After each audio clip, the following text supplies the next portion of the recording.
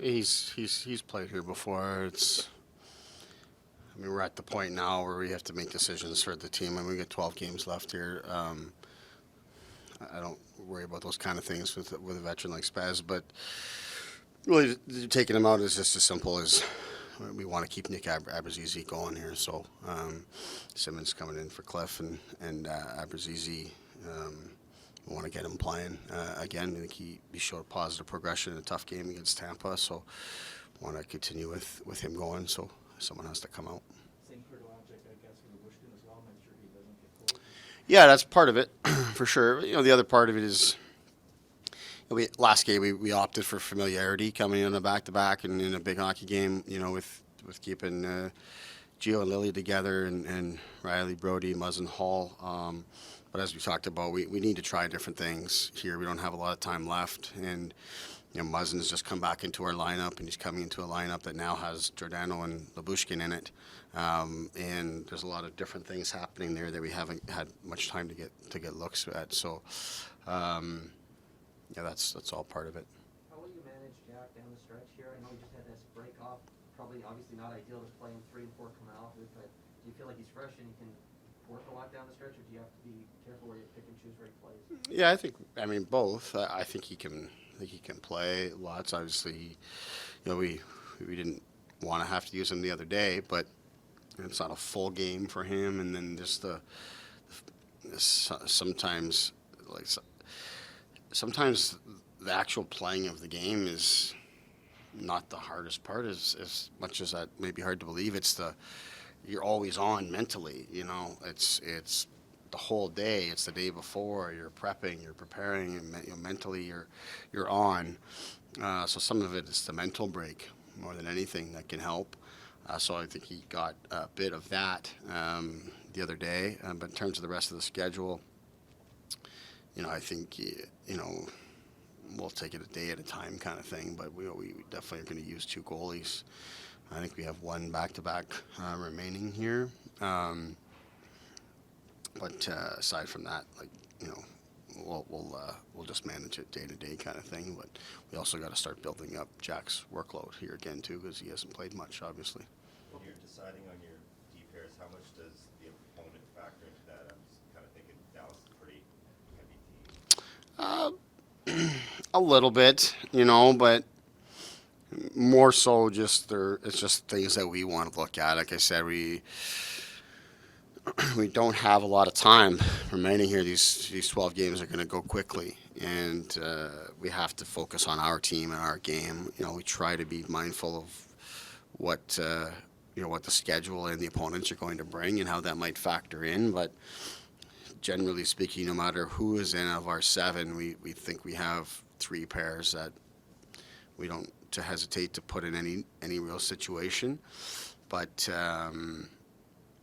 it's more so just that we got to try some things and make sure that by the time these 12 games expire that we know what we want to go with, or that might have some flexibility to try different things as we get into the playoffs and need to change some things around.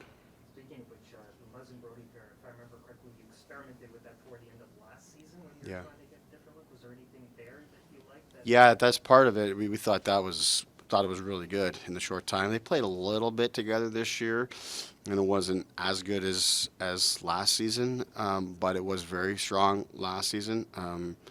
And we didn't stay with it because we didn't like how it affected some of the other pairings as a result. But here with Giordano's arrival here now and the way Labushkin has played for us, it gives us some opportunities to look at not just putting Muzzin and Brody together, but then also now seeing what Giordano and Hall looks like. They had 1 game recently together here, but wanted to just give that another look here tonight.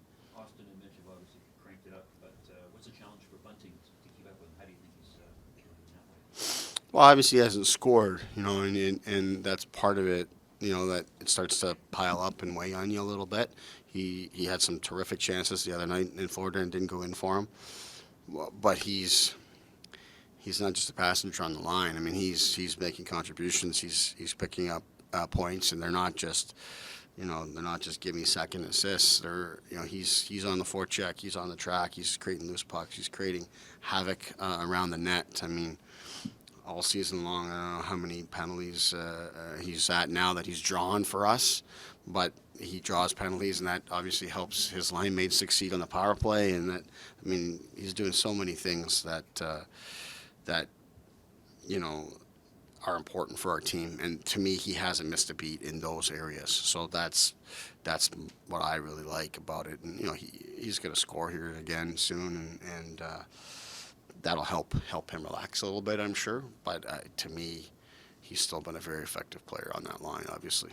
Interesting. He feels like he and Austin have been pushing each other pretty much every day. I'm wondering if you're seeing that dynamic, and if so, where does it manifest itself? Is it that they're both so creative that they're pushing each other to even better plays, or just their work ethic pushing each other? Like, how do you see that? Yeah, I think it's just their work ethic and their drive to win and compete at a high level. I mean, I think that's really it. I think they're competing with each other in a healthy way.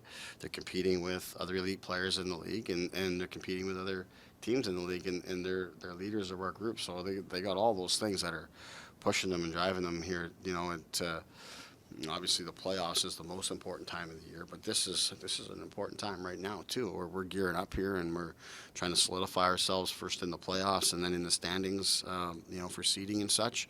And those guys are playing their best hockey right now, and you know, all those things I think are driving them. How much talk internally or with the guys has there been about the too many men on the ice penalties?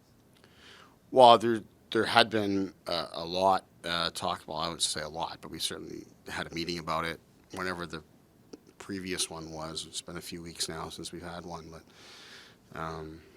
the one the other night was a lot different than what we've had in previous times, where it's just indecision of guys going in the puck horizons right there. This was just us just flat out taking the wrong guy, and that's it's a little peek into sort of what happened to us at 5-1. You know, we're playing so great. I don't know whether you attribute this to fatigue or whatever it is, but you just looked at a lot of our plays and clips the rest of the way from there.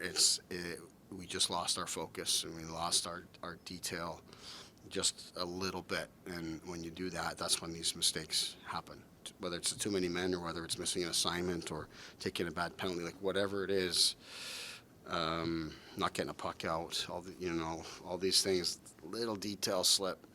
You do that against an elite team like Florida, keeps them alive. So I think that's more what the discussion was about to us today. I think that the too many men ice penalty was a result of some of those details slipping. It was a lot different to me than the ones we've had. I think we've done a good job of cleaning that up. There's been a number where pucks are coming to our bench and our guys are been really sharp and either leaving them and making sure that they don't get involved in the play and the play goes on and there's no issues, or not going at all. So that's been top of mind and we've done a good job of it. The other night was just flat out just taking the wrong guy.